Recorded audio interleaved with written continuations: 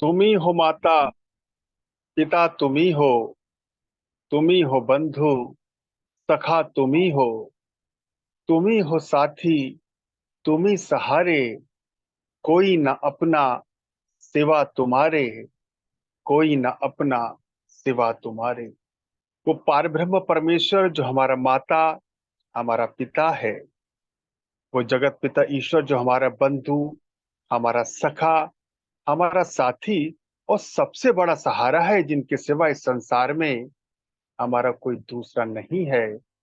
उन पारब्रह्म परमेश्वर जगत पिता ईश्वर के चरणारविंद में नमन करते हुए, उनकी दी हुई वाणी, उनकी दी हुई बुद्धि और उन्हीं के दी हुए विवेक से आज के विषय पर अपने विचार प्रस्तुत करने से पूर्व नारायण रूप संगत को मेरा प्रणाम, सभी को सादर नमन। आप सभी को ओम ब्रह्म सत्यम। देवियों सज्जनों, ईश्वर की हम सभी पर असीम अनुकंपा है। उन्होंने हमें 84 लाख योनियों में श्रेष्ठ ये मानव का तन दिया, बुद्धि दी, विवेक दिया, अच्छे और बुरे के अनुभव का ज्ञान दी, और सबसे बड़ी चीज, हम सभी को कर्म करने की स्वतंत्रता दी। हम अपना कर्म स्वतंत्रता से करते हुए अपना जीवन यापन कर रहे हैं, संसार में अपना जीवन बिता रहे हैं। निश्चित ही हम सभी प्रभु की विशेष कृपा के पात्र हैं। ईश्वर की विशेष अनुकंपा है, हम सभी पर विशेष कृपा है। देखिए, सवाल उठता है, जो कर्म करने की स्वतंत्रता प्रभु ने दी है, वास्तव में उसका अर्थ क्या है? क्या यही है कि जो मन चाहा खा लिया, जो मन चाहा पहन लिया, जहां मन चाहा घूम आए, जिससे मन चाहा खुश हो गए, जिससे मन चाहा नाराज हो गए, जिसको मन चाहा अपना लिया, जिसको मन चाहा ठुकरा दिया? क्या संसार में रहने का और जीवन व्यतीत करने का यही तरीका है? क्या कर्म करने की स्वतंत्रता का यही अर्थ है? जरा सोचिए कि 84 लाख योनियों में श्रेष्ठ ये मानव का तन और संसार में रहने का हमारा ये मनमाना ढंग, क्या ये ठीक है? क्या उचित है? आज यही विषय दास संगत की सेवा में रख रहा है। विषय है कि संसार में रहने का तरीका क्या है, किस तरह से हम अपना जीवन व्यतीत करें, संसार में कैसे रहें। जिस तरह से हम रह रहे हैं, जिस तरह से अपना जीवन व्यतीत कर रहे हैं, जिस तरह से जीवन यापन कर रहे हैं, कर्म करने की स्वतंत्रता का जो हम लाभ ले रहे हैं, क्या आध्यात्मिक दृष्टि से, शास्त्रों की दृष्टि से या सत्पुरुषों की दृष्टि से वो सही है, उचित है या नहीं? तो फिर सवाल उठता है कि आखिर जिंदगी कैसे चलानी चाहिए, जीवन कैसे व्यतीत करना चाहिए? जब सर्वश्रेष्ठ है, ये मानव का तन है, 84 लाख योनि प्रभु ने दिया है, तो उस जीवन को चलाने का जो तरीका है, जो हमारे जीने का ढंग है, वो भी तो कुछ श्रेष्ठ होना चाहिए, कुछ अलग होना चाहिए। सत्पुरुषों के मार्गदर्शन के आधार पर, अध्यात्म के मार्गदर्शन के आधार पर होना चाहिए। तो सवाल है कि जिंदगी कैसे चलानी चाहिए? सांसारिक जो हमारा जीवन है और एक आध्यात्मिक जीवन, वास्तव में ये सांसारिक जीवन कैसे चलाएं, आध्यात्मिक जीवन क्या है, अपना दैनिक जीवन कैसे चलाएं जिससे आध्यात्मिक जीवन में हमारी प्रगति हो। हमें इस बात का भी ध्यान रखना है कि हमें अपने जीवन में प्रगति करनी है, आध्यात्मिक दृष्टि से प्रगति करनी है। तो दैनिक जीवन कैसे व्यतीत करें कि आध्यात्मिक जीवन में प्रगति हो, इसी विषय पर पूज्य गुरुदेव ने हमारा मार्गदर्शन किया है, हमें ये बताने का प्रयास किया है कि संसार में रहने का वास्तविक तरीका क्या है, किस तरह से जीवन चलाएं, किस तरह से अपनी आध्यात्मिक प्रगति, आध्यात्मिक उन्नति करें, कैसे जीवन चलाते हुए अपने आध्यात्मिक मार्ग पर चलें। इसी विषय पर गुरुदेव से कुछ प्रश्न पूछे हैं, उनके उत्तर के माध्यम से जो गुरुदेव ने दिए हैं, आइए समझते हैं, जानने का प्रयास करते हैं कि संसार में रहने का वास्तविक तरीका क्या है। पहला प्रश्न है कि महाराज जी, जिंदगी कैसे चलानी चाहिए, कैसे चलाए? हम तो अपने हिसाब से चला रहे हैं, मनमाने ढंग से रह रहे हैं, जैसा कि विदास ने पहले कहा। लेकिन सत्पुरुषों की दृष्टि में जीवन कैसे चलानी चाहिए, तो प्रश्न पूछा है जिंदगी कैसे चलानी चाहिए। गुरुदेव कहते हैं, प्रेमी जी फर्ज वाली जिंदगी बनाओ, गर्ज वाली जिंदगी ना बनाओ। अपना जीवन जो व्यतीत करो वो फर्ज वाला जीवन व्यतीत करो, फर्ज वाली जिंदगी बनाओ, गर्ज वाली जिंदगी ना बनाओ। अब प्रश्न आता है कि महाराज जी, ये फर्ज वाली या गर्ज वाली जिंदगी है क्या? तो गुरुदेव कहते हैं, प्रेमी शरीर और शरीर के सुखों को प्राप्त करके सुख भोगने की लालसा लेकर जो जिंदगी बिताता है वो गर्ज वाली जान, अर्थात हमारा शरीर और शरीर के सुख को प्राप्त हो जाए और उन सुखों को भोगने के, उन सुखों को हम भोगे ये लालसा लेकर जो व्यक्ति अपना जीवन बिताता है वो गर्ज वाली जिंदगी है। इसके उलट फर्ज वाली जिंदगी क्या है, गुरुदेव बता रहे हैं, फर्ज वाली जिंदगी चलाने वाला इंसान सब कुछ कुर्बान करके दूसरों जीवों के दुखों में अपना सुख अर्पित कर देता है। फर्ज वाली क्या जिंदगी है, गर्ज वाली बताई कि अपना शरीर और शरीर के सुखों को प्राप्त करके उनको भोगने की जो लालसा रहती है वो तो गर्ज वाली जिंदगी है। अब फर्ज वाली जिंदगी क्या है, इसके उलट फर्ज वाली जिंदगी चलाने वाला इंसान सब कुछ कुर्बान करके, जो कुछ उसके पास है वो सब कुछ कुर्बान करने को तैयार रहता है दूसरे जीवों के दुखों को दूर करने के लिए। किसी तरह दूसरों का दुख दूर हो जाए, अपने सुखों को भी लुटा देता है, अपने सुखों को भी न्यौछावर कर देता है, दूसरे जीवों को तो सुख अर्पण करता है। या यूं कहो कि वो इंसान जो फर्ज वाली जिंदगी बिताता है वो अपने कार्य प्रभु आज्ञा में सौंपता हुआ निमित्त मात्र अपने जीवन की क्रिया करता है और हर वक्त प्रभु हेतु अपने आप को समर्पण करता चला जाता है। ये फर्ज वाली जिंदगी है, गुरुदेव ने बताई।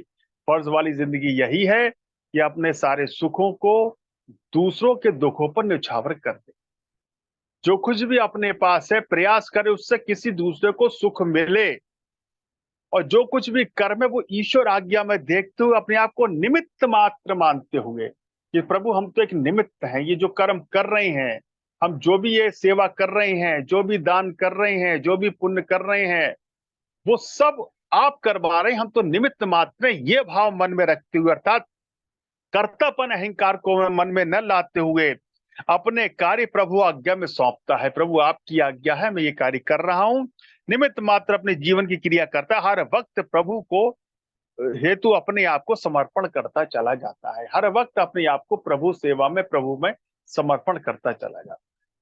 तो देखिए, गुरुदेव ने बताया गर्ज वाली जिंदगी और फर्ज वाली जिंदगी। अब हम अपना मूल्यांकन कर लें कि हमारी जो जिंदगी चल रही है, जैसा हम जीवन व्यतीत कर रहे हैं, वो सत्पुरुषों के मार्गदर्शन के आधार पर कर रहे हैं या मनमाने ढंग से चल रहे हैं। अगर अपने मनमाने ढंग से ही चलना है, मनमाने ढंग से ही जीवन व्यतीत करना है, अपनी गर्ज वाली जिंदगी ही व्यतीत करनी है, तो श्रेष्ठ मानव तन को प्राप्त करने के बाद हमने इसका क्या लाभ प्राप्त किया? अगर हमें 84 लाख योनियों में श्रेष्ठ मानव का तन मिला है, तो ये हमारी जिम्मेदारी है कि हम सत्पुरुषों के मार्गदर्शन के आधार पर इस जीवन को श्रेष्ठ बनाएं। अगर श्रेष्ठ मानव जीवन है तो इस जीवन को चलाने का हमारा ढंग, हमारा तरीका, संसार में रहने का तरीका भी श्रेष्ठ हो, जो कि गुरुदेव ने बताया कि फर्ज वाली जिंदगी को चलाएं, कर्ज वाली जिंदगी को न चलाएं। अब प्रश्न आता है, महाराज जी आध्यात्मिक जीवन को समझाइए, आध्यात्मिक जीवन को बयां करिए, आध्यात्मिक जीवन क्या है? तो गुरुदेव कहते हैं, प्रेमी शरीर के कर्म करता हुआ उसकी आसक्ति से अलग हो जा। शरीर से जो कर्म कर रहा है उस कर्म का क्या फल मिलेगा, उस फल से मुझे सुख मिलेगा या दुख मिलेगा, इस आसक्ति से अलग हो जा। बस तू तो कर्म कर, ईश्वर आज्ञा में कर, अपने आप को निमित्त मात्र मान। इसको निकर्म होना कहते हैं। यही आध्यात्मिक जिंदगी, यानी शरीर के जो कर्म करें उनका जो फल है, जो भी मिलेगा उससे अपने आप को अलग कर लें, उसकी आसक्ति से अलग कर लें, जिसको निकर्म होना कहते हैं। यही आध्यात्मिक जिंदगी है। कर्तापन ही संसार और संसार से संबंधित पदार्थों की जड़ है। जो कर्तापन है कि मैं कर रहा हूं, मेरे करने से हो रहा है, मैं ना करूं तो ऐसा नहीं होगा, मेरे करने से ही सब कुछ चल रहा है, इसकी कर्तापन, इस संसार जो कर्तापन जो है, ये संसार और संसार से संबंधित पदार्थों की जड़ है। यानी पुरुष फाइलियत से पवित्र होकर गैर फाइल अकर्ता होकर कर्म करता है। जो ज्ञानी पुरुष है, गुरुदेव कह रहे हैं, जो ज्ञानी पुरुष है वो कर्तापन अहंकार को त्याग कर अकर्ता होकर कर्म करता है, जबकि अज्ञानी जो है वो पूर्ण रूप से धारण करके कर्म करता है। यही फर्क ज्ञानी और अज्ञानी में है। अज्ञानी फाइलियत को पूर्ण रूप से धारण करके कर्म करता है, यही फर्क ज्ञानी और अज्ञानी का है। सत्पुरुष ज्ञानी पुरुष जो भी काम कर्म करते हैं वो आसक्ति रहित होकर अपना फर्ज जानकर करते हैं। और मूर्ख जो है, जो अज्ञानी है, गुरुदेव पर जो सत्पुरुष हैं, जो ज्ञानी है पुरुष है, वो जो भी कर्म करते हैं वो आसक्ति रहित होकर, उससे कोई उनकी आसक्ति नहीं होती, कोई उनका लगाव नहीं होता, कोई उससे अपनापन नहीं होता। आसक्ति रहित होकर फर्ज जानकर कि अपना फर्ज है, ये हमारी जिम्मेदारी है, तो अपना जानकर कर्म करते हैं। जबकि अज्ञानी जो संसारी पुरुष हैं वो हर काम स्वार्थ भाव को लेकर करते हैं, अपनी गर्ज को मुख्य रूप से सामने रखकर करते हैं। जो ज्ञानी पुरुष है वो संसार में जो भी काम करते हैं स्वार्थ भाव से करते हैं। ये जो मैं काम कर रहा हूं इसका मुझे फल क्या मिलेगा, इससे मुझे क्या लाभ होगा, इससे मुझे क्या फायदा होने वाला है, होगा भी या नहीं होगा, अगर मुझे इससे कुछ लाभ नहीं होगा तो मैं ये कर्म क्यों करूं, ऐसा अज्ञानी पुरुष सोचते हैं। यही गर्ज वाली जिंदगी है। जबकि ज्ञानी पुरुष जो कुछ भी कर्म करते हैं ईश्वर आज्ञा में देखकर करते हैं, ईश्वर को समर्पित करते हुए करते हैं, अपने सारे सुख दूसरों के दुखों पर न्यौछावर कर देते हैं। उनका हर समय यही प्रयास रहता है कैसे हो मेरे द्वारा किसी दूसरे को सदैव सुख प्राप्त हो, चाहे मुझे भले ही दुख मिल जाए। ज्ञानी पुरुष ये भाव रखते हैं, जबकि अज्ञानी पुरुष हमेशा अपना जीवन स्वार्थ में बिताते हैं। यही गर्ज वाली जिंदगी है, स्वार्थ में अपना जीवन बिताना। अब एक प्रश्न और आता है, जिसने पूछा महाराज जी, जब मनुष्य निराश हो जाता है, उसकी समझ में कुछ नहीं आता, बेबस सा होकर परेशानी में पागल हो जाता है, क्या आप बता सकते हैं कि वो ऐसी अवस्था में क्या करे? कई बार ऐसा होता है कि हमारे अंदर निराशा आ जाती है, हमारी समझ में कुछ नहीं आता, क्या करें क्या ना करें, हमारा जो मस्तिष्क है वो काम नहीं करता, परेशानी होती है, पागल सा हम व्यवहार करने लगते हैं। तब गुरुदेव से पूछा ऐसी स्थिति में हमें क्या करना चाहिए, ऐसी स्थिति में सत्पुरुष का क्या मार्गदर्शन है? आइए देखते हैं। गुरुदेव कहते हैं, महात्मा लोग कहते हैं कि संसार में ऐसे चलना चाहिए जैसे किसी बाग में सैर को जाया जाता है। इस संसार में ऐसे अपना जीवन व्यतीत करें जैसे किसी बाग में हम सैर करने या घूमने जाते हैं। तब सिर्फ सैर का ही मकसद होता है, वहां किसी वस्तु से कोई लगाव नहीं होता। इस तरह दुनिया में चलना चाहिए। संतों के चरित्रों से यह भी जाना जाता है किस तरह से चलना चाहिए, जैसा वे कहें वैसे चलना चाहिए। गुरुदेव कह रहे हैं इस संसार में ऐसे ही रहें जैसे हम बाग में सैर करने जाते हैं या यात्रा करते हैं, बस में करते हैं, ट्रेन में करते हैं, हवाई जहाज में करते हैं। हमें जो सीट मिलती है वो हमारी अपनी तो नहीं है, बस यात्रा करने के लिए मिली है। जब हमारी मंजिल आ जाएगी वो सीट हमसे छूट जाएगी, तो उससे हमारी कोई आसक्ति नहीं होती। ठीक उसी प्रकार इस संसार में रहे पर संसार की किसी वस्तु से, किसी पदार्थ से, किसी रिश्ते से, किसी स्थान से कोई आसक्ति ना रखें। बस संसार में आए हैं, जीवन व्यतीत करने के लिए आए हैं, जीवन बिताने के लिए आए हैं। परमात्मा ने हमें जितना भी जीवन दिया है, जितनी भी आयु दी है, वो व्यतीत करने के बाद हमें फिर परमात्मा के धाम जाना है। अपना जीवन वैसे ही व्यतीत करें, गुरुदेव कह रहे हैं, जैसे हम कहीं घूमने जाते हैं, हम सैर करने जाते हैं, तो अच्छे से अच्छा होटल लें, हम 4 स्टार 5 स्टार होटल में ठहरें, कितनी अच्छी व्यवस्था वहां मिल जाए, कितनी ही सुख सुविधाएं हमें मिल जाए, लेकिन हमारे मन में सदैव जो याद है वो अपने घर की ही बनी रहती है। हमें ये ध्यान रहता है कि हम कुछ दिन बिताने के बाद वापस अपने घर को जाना है।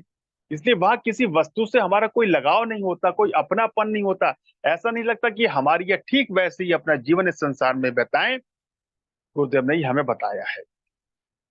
आगे प्रश्न, महाराज जी आप क्या समझते हैं, सो कृपा करके फरमाइए कि हमें जीवन कैसे चलाना चाहिए, कृपा करके बताएं। गुरुदेव कह रहे हैं आदमी को चाहिए कि ऐसा समझे कि कर्ता और कारण सब कुछ परमात्मा है। गुरुदेव कह रहे हैं हमें ऐसे समझना चाहिए कि कर्ता करने वाला और उसका कारण सब कुछ परमात्मा है। और अपने आप को उसके हुक्म के अंदर चलने वाला सेवक समझो, और अपने आप को उसके हुक्म में चलने वाला केवल सेवक समझें, और इस संसार में गुजरान वाला प्रोग्राम बनाकर चलें। संसार में जो गुजरान वाला प्रोग्राम बनाकर चलें। गुरुदेव ने कहा है कि सब कुछ कर्ता और कारण उस ईश्वर, उस परमेश्वर को माने, और अपने आप को उसके हुक्म के अंदर चलने वाला बनावे, और संसार में गुजरान वाला प्रोग्राम बना। अब प्रश्न आता है, गुजरान वाला प्रोग्राम क्या है? तो गुरुदेव ने बताया है, ये बड़ा जरूरी मसला है। गुजरान वाले प्रोग्राम को गौर से समझ लो। गुजरान वाला प्रोग्राम क्या है? गुरुदेव कह रहे हैं, इसे गौर से और ध्यान से समझो। यानी जो प्रोग्राम बनाओ अपना, वो जीवन रक्षा की खातिर तथा गैर जरूरी इच्छाओं को त्याग कर कम खर्च में चलने वाला हो। जो भी प्रोग्राम जीवन का बनाओ, जीवन जैसे व्यतीत कैसे करो, गुरुदेव इसमें बता रहे, बड़ा ही महत्वपूर्ण है कि अपने जीवन को चलाने के लिए, जीवन रक्षा के लिए जो भी प्रोग्राम बनाओ, वो जीवन रक्षा की खातिर हो, और गैर जरूरती इच्छाओं का त्याग करें, कम खर्च में चलने वाला हो। जो जरूरी है वो तो करना ही करना है, तो जो गैर जरूरती इच्छाएं हैं उसका त्याग करें, और अपने जीवन को कम खर्च में चलाने का प्रयास करें, कम खर्च में अपने जीवन को व्यतीत करें। अगर प्रारब्धवश ज्यादा धन या माया प्राप्त हो जाए, अगर पूर्व जन्म के कर्मों के आधार पर, प्रारब्ध के आधार पर कुछ ज्यादा धन प्राप्त हो जाए, ज्यादा माया प्राप्त हो जाए, तो उसे सत्कर्मों में खर्च करें। उसको सत्कर्मों में खर्च करके दीन दुखी और अनाथों में बांटें। ये प्रोग्राम बड़ी कोशिश करके निश्चल होते हुए पालन करना चाहिए। इसमें दलील से काम न लें, बल्कि हर समय अपने बनाए हुए प्रोग्राम के अनुकूल ही चलें। माया तो सबकी महागुरु है, जो हर वक्त सबको सचेत करती रहती है, मगर कोई बिरला ही इस भेद को समझ सकता है, और पतित कर्मों की चोट खाकर बाहोश होता है, वरना लोग ज्यादा मदहोश हो जाते। तो गुरुदेव ने बताया कि गुजरान वाला प्रोग्राम क्या है, कि जो कुछ भी हम जीवन व्यतीत करें, उसको जीवन रक्षा की खातिर जो जितना आवश्यक है उतना ही करें, उतना ही चीजों का उपयोग करें, उतने ही चीजों का भोग करें, और जो गैर जरूरती इच्छाएं हैं उनका त्याग करें। हम अपने जीवन में झांक करके देखें कि हम, हमारी जरूरतें क्या हैं और गैर जरूरत क्या है। क्या हम जो परेशान रहते हैं, जो जो हमेशा संकट में रहते हैं, हमेशा जो कोई ना कोई हमारी टेंशन बनी रहती है, आखिर कारण क्या है? देखिए, परमात्मा ने हमें जीवन व्यतीत करने के लिए हमें हमारी जो जरूरत है उसको पूरा किया है, और परमात्मा हर एक की जरूरत पूरी करता है। परमात्मा ने जरूरत के हिसाब से हमें रोटी कपड़ा मकान दिया है, लेकिन हमारी डिजायर है, हमारी इच्छा है, जो गैर जरूरती इच्छाएं हैं, उनको पूरा करने के लिए हम अपना पूरा जीवन व्यतीत कर देते हैं, पूरा जीवन अपना खपा देते हैं, संसार में मनमाने ढंग से चलते हैं, संसार में मनमाने ढंग से रहते हैं। तो संसार में रहने का जो तरीका है वो उचित नहीं है। गुरुदेव कह रहे हैं कि संसार में कैसे रहे ये वो बता रहे।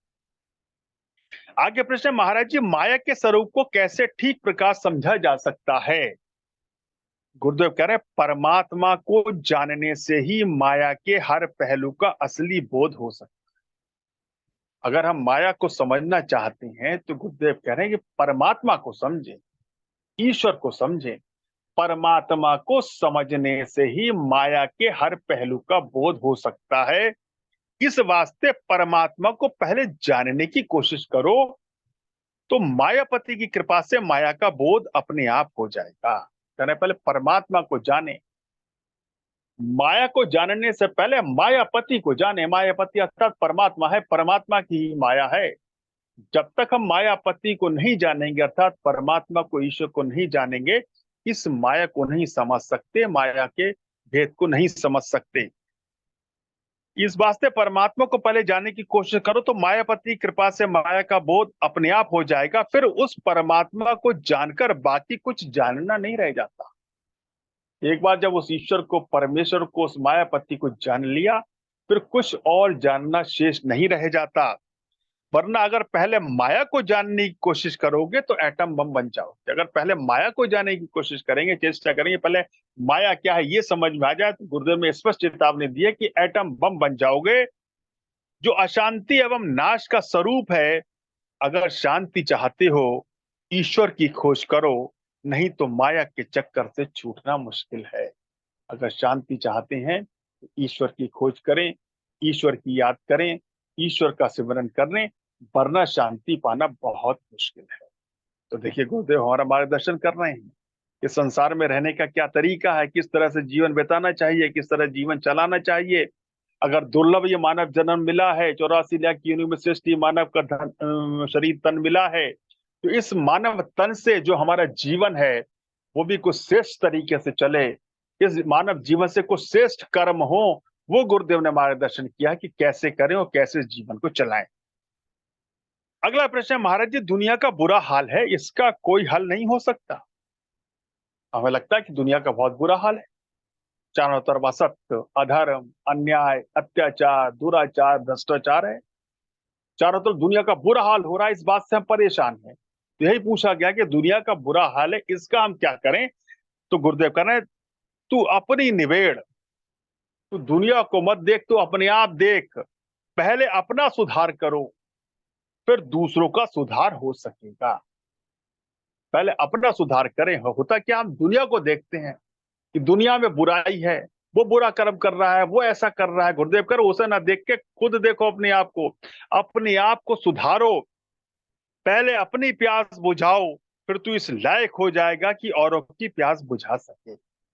पहले तू अपनी प्यास बुझा, अपने आप को सुधार। कहा है किसी महापुरुष ने ना कि हम सुधरेंगे, युग सुधरेगा, हम बदलेंगे, युग बदलेगा।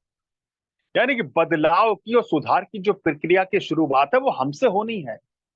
हम बदलेंगे, युग बदलेगा। हम बदलना नहीं चाहते, युग को बदलने की बात करते हैं। हम सुधरेंगे, युग सुधरेगा। अरे हम सुधरना नहीं चाहते, युग को सुधारने की बात करते हैं। बदलाव की, सुधार की जो प्रक्रिया की शुरुआत है वो मुझसे होनी है। सबसे पहले मुझे अपने आप को सुधारना है। सबसे पहले मुझे अपनी बुरी आदतों को छोड़ना है। सबसे पहले मुझे अपनी बुराइयों को त्यागना है, दूसरों को ना देखें। सब अगर ऐसा सोचे कि तो निश्चित ही संसार बदल जाएगा, सब सुधर जाएंगे, कोई बुराई नहीं रहेगी। लेकिन कमी क्या है हमारे अंदर?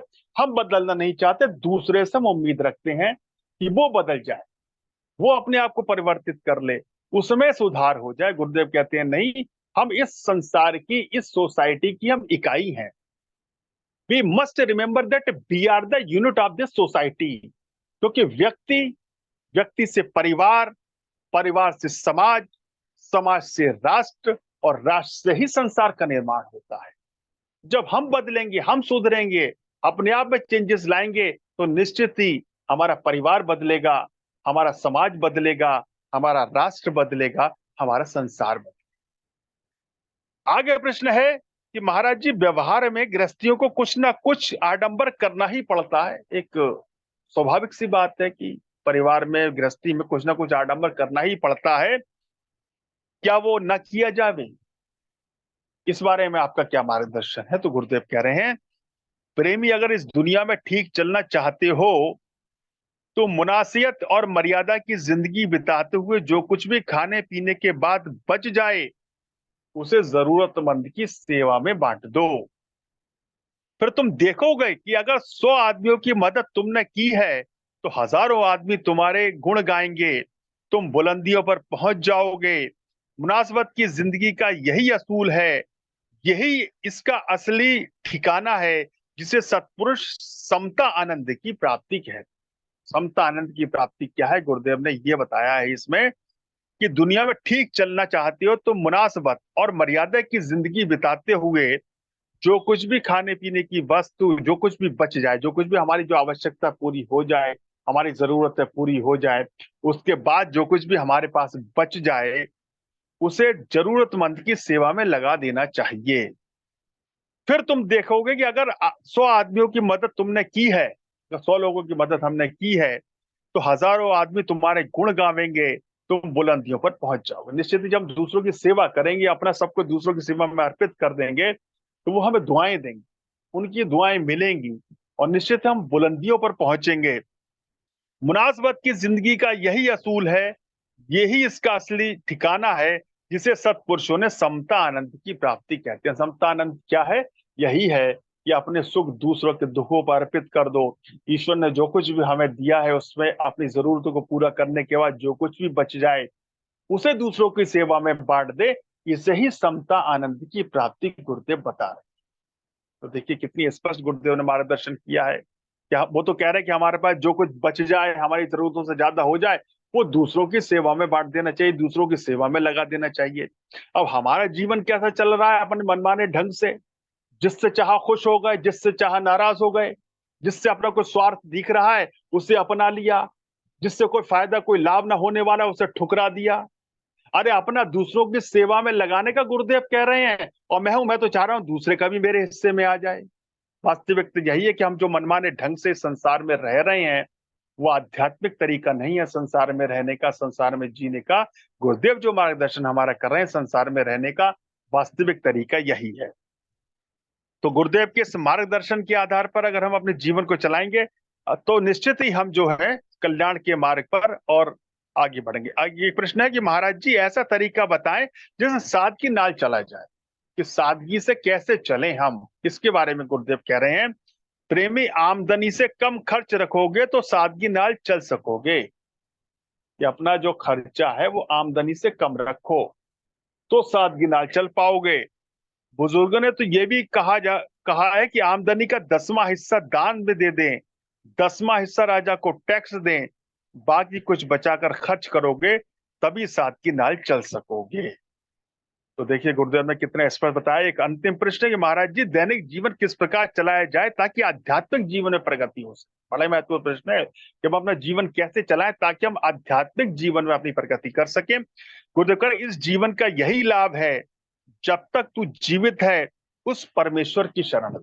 जीवन का ही लाभ है, जब तक तू जीवित है उस परमेश्वर की परमात्मा की शरण ले, एकमात्र उसी से प्रेम कर, उसी के वास्ते जी, उसी के लिए काम कर, उसी में तुम्हारी बुद्धि रमण करे, इसके अतिरिक्त और कुछ नहीं है। जब तक ये जीवन है उसका लाभ यही है कि तू परमेश्वर की शरण ले, एकमात्र उस ईश्वर से प्रेम कर, परमात्मा से प्रेम कर, उसी के वास्ते जी, उसी के लिए काम कर, उसी में तुम्हारी बुद्धि रमण करे, इसके अतिरिक्त और कुछ नहीं है। प्रेम यदि खाना खाओ तो स्वाद के वास्ते नहीं बल्कि शरीर रक्षा की खाते। जो भोजन करो तो स्वाद के लिए न करो बल्कि शरीर की रक्षा, प्राण रक्षा। शरीर को भोजन की आवश्यकता है, भोजन के बिना शरीर नहीं रह सकता, इस वास्ते भोजन ग्रहण करो। ऐसी खुराक लो जो शीघ्र पच जावे और उसका बल अधिक से अधिक समय तक रहे। वस्त्र भी ऐसे पहनो जो सर्दी गर्मी से बचने के वास्ते काफी हो। तेरी शक्ल जो कुदरत कामना ने बना दी है वो ऐसी ही रहेगी, कपड़ों से तेरी शक्ल बदलने वाली नहीं है। थोड़े पैसे में कम खर्च करके अपना जीवन सादा बिताते हुए संसार में रहें और अपनी जिंदगी को फर्ज वाली जिंदगी बनाएं, गर्ज वाली जिंदगी ना बनाएं। अपनी जरूरत, अपनी आवश्यकता से अधिक कुछ बच जाए उसे दूसरों की सेवा में अर्पित करें, दूसरों की सेवा में लगाएं और मायापति को जानने का, उस ईश्वर को जानने का, उस परमेश्वर को जानने का प्रयास करें और अपना जीवन सेवा में लगाएं। यही आज के विषय का सार है जो गुरुदेव ने हमारा मार्गदर्शन किया है। तो गुरुदेव के चरणों में, प्रभु के चरणों में यही प्रार्थना, यही कामना कि वो हम सभी को सत्य मार्ग पर अग्रसर करें, हम सभी को सद्बुद्धि दे ताकि हम सत्पुरुषों के मार्गदर्शन के आधार पर, शास्त्रों के और अध्यात्म के मार्गदर्शन के आधार पर संसार में रहें, संसार पर अपना जीवन व्यतीत करें, जिससे हम सभी न केवल ईश्वर की, न केवल गुरु की कृपा के पात्र बने बल्कि संसार में एक श्रेष्ठ व्यक्ति भी हम इस जीवन को श्रेष्ठ व्यक्ति बने और संसार में अपने जीवन को श्रेष्ठता के साथ चलाएं। सर्वशक्तिमान परमात्मा हमारे संकल्पों में हम सभी की आध्यात्मिक उन्नति और आध्यात्मिक प्रगति में हमारा सहायक हो। इसी मंगल कामना के साथ मैं अपनी वाणी को विराम देता हूँ। ओम ब्रह्म सत्यम सर्वधा।